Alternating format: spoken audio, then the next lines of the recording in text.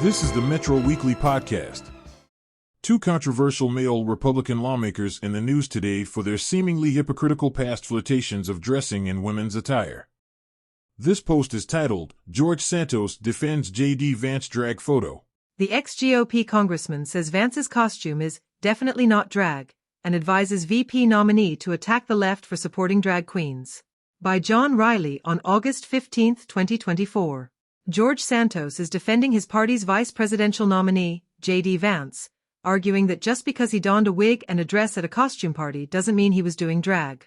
Speaking with the Fox Corporation-owned celebrity news outlet TMZ, the disgraced former Republican U.S. congressman sought to dispel the notion that Vance was dressed in drag when he was photographed, twice, wearing a blonde wig, a black blouse with a flowered skirt, chunky jewelry, and a purse for a Halloween party he attended while studying at Yale Law School.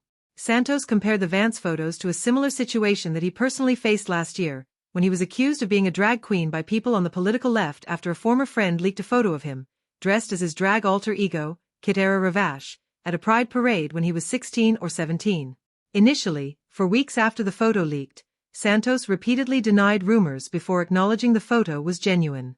Since being expelled from Congress, Santos has been making money by recording personalized messages for pay to people using the video platform Cameo.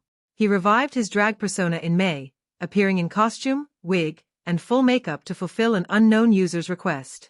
It's so funny now that people are so obsessed with, oh my god, somebody did drag or somebody put a wig on. In my case 18 years ago, where I was still a minor, and nobody held back punches on something I did as a kid and had fun, Santos said. Now J.D. Vance, if that's drag, then I guess all these other queens on RuPaul's Drag Race can all be considered cisgender women at this point. Because, holy crap, is that bad drag, he said, referring to Vance's photos, which have gone viral after being leaked on social media. I mean, the guy went to a costume party, put on a freaking cheap wig from Party City, or something similar, Santos ranted. To call that drag is disingenuous, and I think most dudes, at some point in their lives, have played around with costumes that were gender bender. Couples do that all the time. The wife will dress up as a guy, the husband will dress up like a woman. So it's not drag.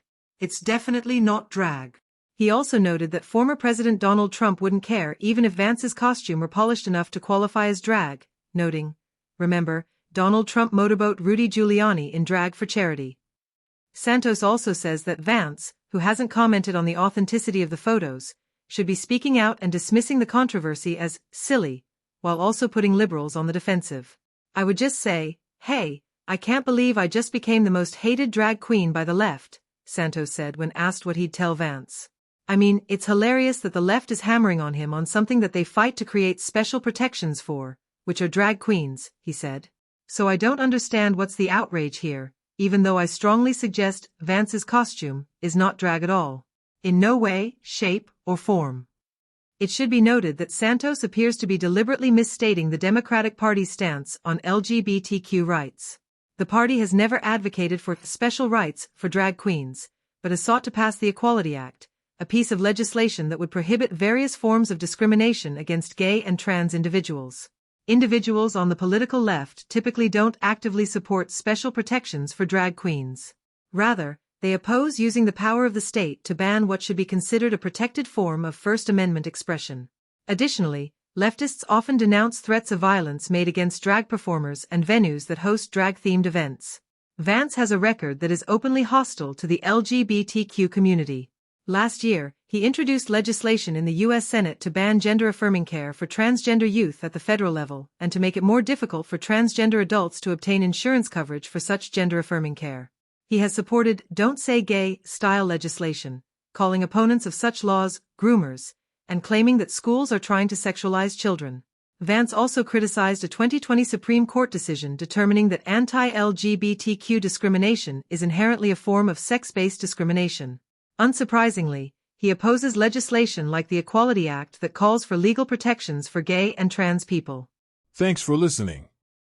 Read more stories like this by visiting metroweekly.com, and if you enjoyed this post, please hit like, comment, follow, and subscribe. We are grateful for your effort in helping us grow.